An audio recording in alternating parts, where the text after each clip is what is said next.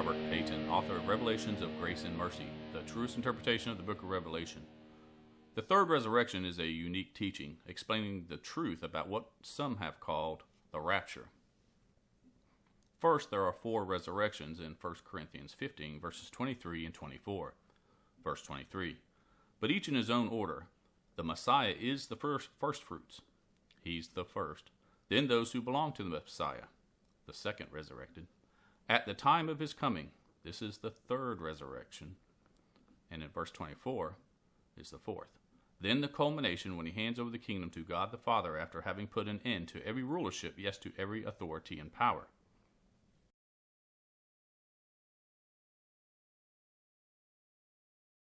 However, a conflict exists in the Bible regarding the first resurrection between Revelation 20 verse 5 and 1 Corinthians 15:23, due to one word being mistranslated. 1 Corinthians 15 verse 23 claims that Christ is the first resurrected, while Revelation 20 verse 5 claims that the people who are going to rule with Christ during the 1,000-year reign are the first resurrected. This is a contradiction and can only be solved by looking to the original Greek words.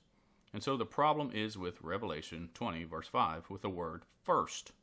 The word first in the original Greek is protos, and its primary definition means prior or before. So only Christ was the first resurrected. The second resurrected was those that belonged to the Messiah when Christ himself was resurrected, and is found in Matthew 27 verses 51 through 53. And I quote, at that moment, the curtain in the temple was ripped in two from top to bottom, and there was an earthquake with rocks splitting apart. Also the graves were opened, and the bodies of many holy people who had died were raised to life. And after Yeshua rose, they came out of the graves and went into the holy city, that's Jerusalem, where many people saw them. Now, why did Revelation 20 verse 5 say prior resurrection? Simple. Because the third resurrection occurs prior to the millennial reign, and the fourth resurrection occurs after the millennial reign. This is the prior resurrection. The prior resurrection is those people that were beheaded for testifying about Yeshua, and that's Jesus, and or they did not worship the beast or receive its mark. Understand, though, that what is in parentheses in Revelation 20 verse 5 is an angel interrupting John.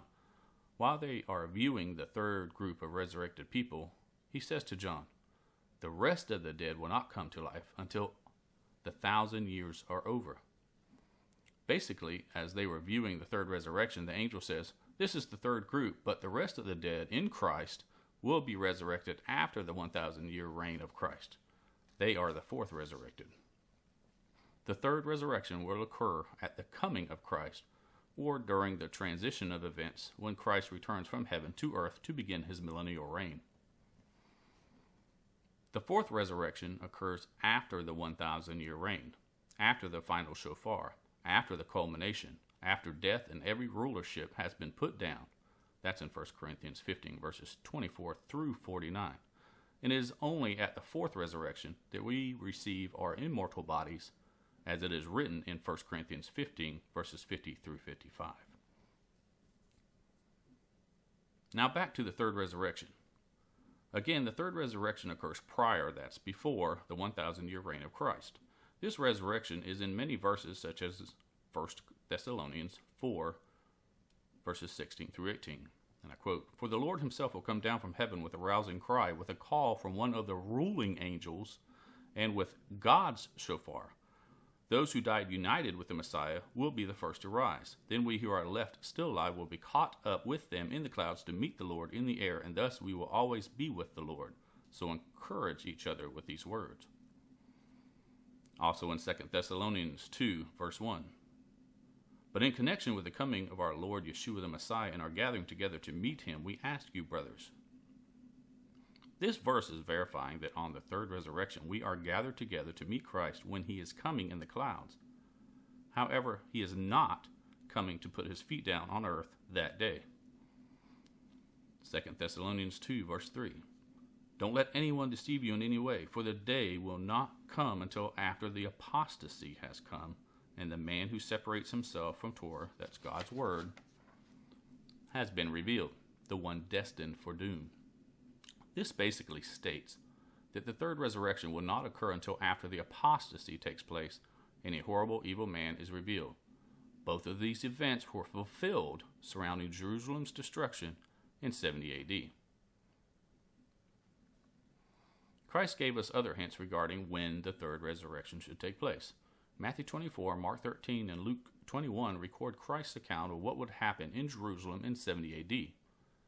But then Christ continues to say that after those days, Mark 13:24, after those times, Matthew 24:29, and after the age of the Gentiles, Luke 21:24, that the sun will grow dark and the moon turn to blood. The days, times, and the age account for the same amount of time, 2,000 years, because a day to God is 1,000 years to man. Sometime 2,000 years after what is written in Matthew 24, Mark 13, and in Luke 21 regarding Jerusalem's downfall is the destruction of God's enemies, not his people, resulting in the sun growing dark and the moon turning to blood. This is the destruction from Jeremiah chapters 50 and chapter 51, when the Medes, who is Iran, launched their arrows on the people of Kasdim, which is Saudi Arabia, and destroy her in 1 hour. These arrows are nuclear missiles. But do not fear, because according to 1 Thessalonians chapters 4 and 5, the third resurrection will take place before this destruction, and there is more evidence in Revelation chapter 11. Revelation chapter 11 is the story of two witnesses.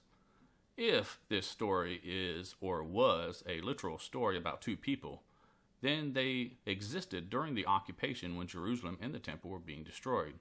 However, with words such as two olive trees and two menorahs, this is a parabolic story. The two olive trees and the two menorahs are the two witnesses, and the two witnesses are the holy people from the Old Covenant and the holy people of Christ's New Covenant. Today, these two witnesses are known as Christians and will be explained in a separate teaching. Knowing that a day to God is 1,000 years to man, and applying this knowledge to Revelation chapter 11, verse 11, and I quote, "But after the 3.5 days, a breath of life from God entered them. They stood up on their feet, and great fear fell on all those who saw them." Then we can conclude 3.5 times 1,000 equals 3,500. So, after the 3,500 years, that's of Israel's bondage, which ended in May of 1948 when Israel became a nation again, a breath of life from God will enter the Christians. Then the two witnesses will stand up on their feet, and great fear will fall on all those who see them. Again, this occurs sometime after May of 1948. Revelation 11, verse 12. Then the two heard a loud voice from heaven saying to them, "Come up here." And they went up into heaven in a cloud while their enemies watched them. The Christians then hear a loud voice from heaven with a call from one of the ruling angels saying to them, "Come up here." And then they ascend up into heaven in a cloud. This is to meet the Messiah in the clouds, while their enemies watch them. This is the third resurrection, proving everyone is going to know what is going on, including the enemies of the Christians. God's enemies will clearly see the Christians being taken up into the clouds, and it's going to scare the crap out of them. This is the third resurrection. But let's not forget Revelation 11, verse 13. And I quote, "In that hour there was a great earthquake, and 1/10 of the city collapsed. 7,000 people were killed in the earthquake, and the rest were awestruck and gave glory to God of heaven." So within an hour of the third resurrection, there will be a great earthquake. This earthquake is the destruction on God's enemies east of Jerusalem. When Saudi Arabia is destroyed by a nuclear attack from Iran, the violent shaking of the horde's destruction will cause 1/10 of Jerusalem to collapse, killing 7,000 people in the earthquake. This is the sign that Christ told his disciples that would occur immediately before his return when he puts his feet down in Zion. This destruction on God's enemies fulfills Matthew 24, verse 27. "For when the Son of Man does come, it will be like lightning that flashes out of the east and fills the sky to the western horizon." And Matthew 24, verse 28. "Wherever there's a dead body, that's where you find the vultures." The third resurrection occurs on Israel's Feast of Trumpets that begins at sundown. Within 1 hour of the third resurrection, when it's dark, Iran will destroy Saudi Arabia with the greatest light show in the Middle East that will fill the sky across Israel all the way to the Mediterranean Sea, fulfilling the sign that Christ is returning. And of course, there will be dead bodies and vultures eating them. Now let's shed some more light on the third resurrection using Revelation chapter 7. Everything in Revelation chapter 7 is about the third resurrection. Revelation 7, verses 1 through 4. After this I saw 4 angels standing at the 4 corners of the earth, holding back the 4 winds of the earth, so that no wind would blow on the land or on the sea or on any tree. I saw another angel coming up from the east with a seal from the living God, and he shouted to the 4 angels who had been given power to harm the land and the sea. Do not harm the land or the sea or the trees until we have sealed the servants of our God on their foreheads. I heard how many were sealed, 144,000 from every tribe of the people of Israel. And verses 5 through 8 reveal 12,000 from each of the 12 tribes of Israel being sealed. Now again, the entire 7th chapter of the book of Revelation is the third resurrection, along with the sealing of the 144,000 chosen people. But the resurrection part is hidden in the parabolic words. Words like the 4 winds, which are millions upon millions of angels in 4 separate divisions. And the word wind, which is defined as spirit. The word blow identifies the direction a spirit is going. The word land is Jerusalem. The sea represents all the nations, and a tree is an individual person. But the most mistranslated word in chapter 7 is the word harm, which does not mean to actually harm something, but to judge something.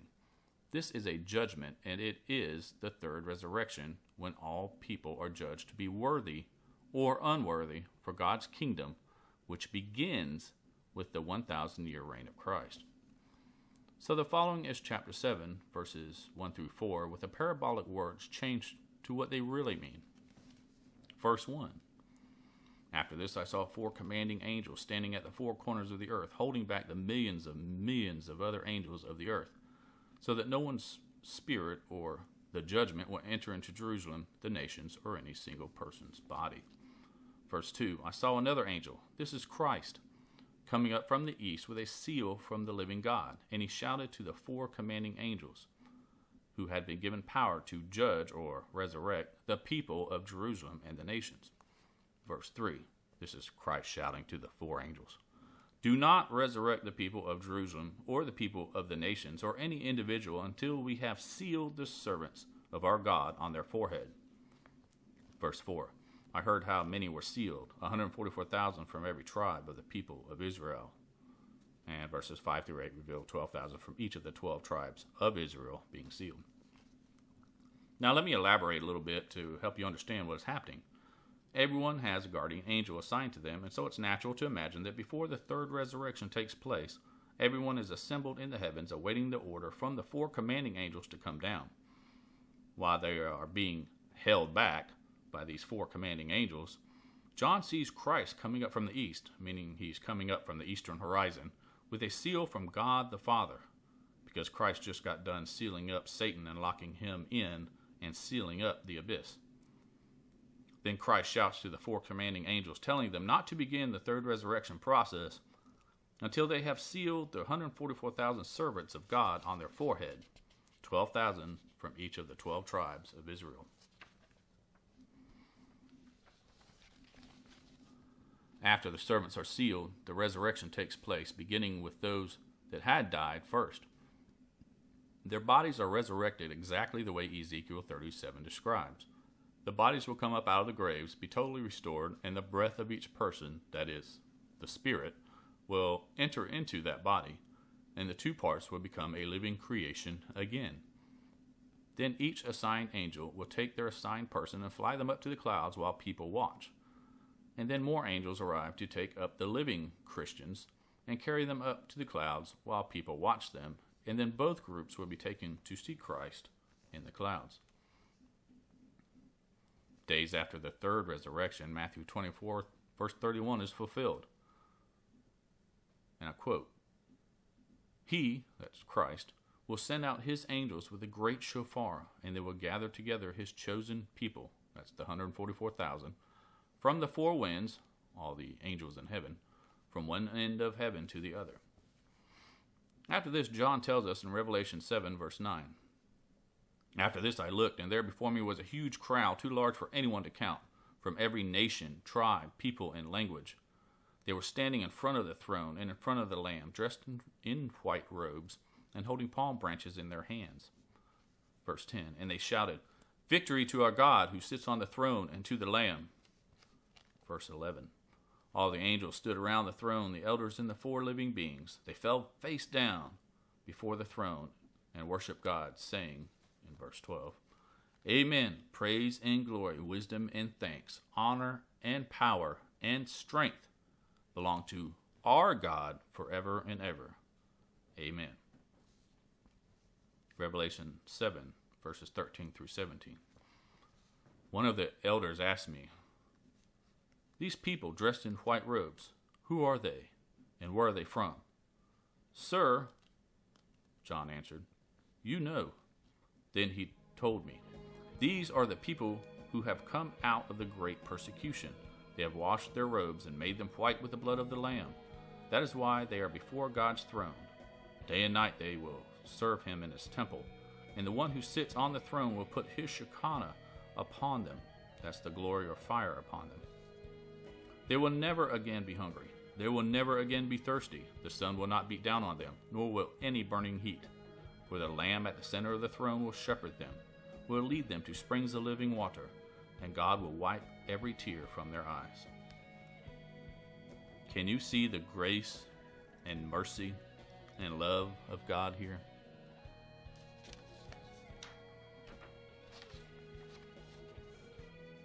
With a little misdirection and a little more mistranslated words from the original Hebrew and Greek, people, like the Sadducees, who Jesus warned us about, who didn't believe in the resurrection, and who probably helped translate the King James Version, have twisted men's minds throughout time into believing that God is vindictive, judgmental, and fearsome, and that his wrath will come up and fall upon you one day. But God is full of grace, mercy, and love for everyone. When he returns to begin his millennial reign, he gathers his people to help manage everything during the millennial reign. This management team is taking up at the third resurrection to the holy city, New Jerusalem. There will be a beacon of light for the entire earth. God's people will serve him in his temple, which will be in the holy city, New Jerusalem, and the tent of witness will be there also. The tent of witness is where God the Father will dwell during the millennial reign. It will literally be a new heaven and a new earth when Christ returns, with unimaginable beauty and splendor for Jerusalem, and grace, mercy, and love for everyone.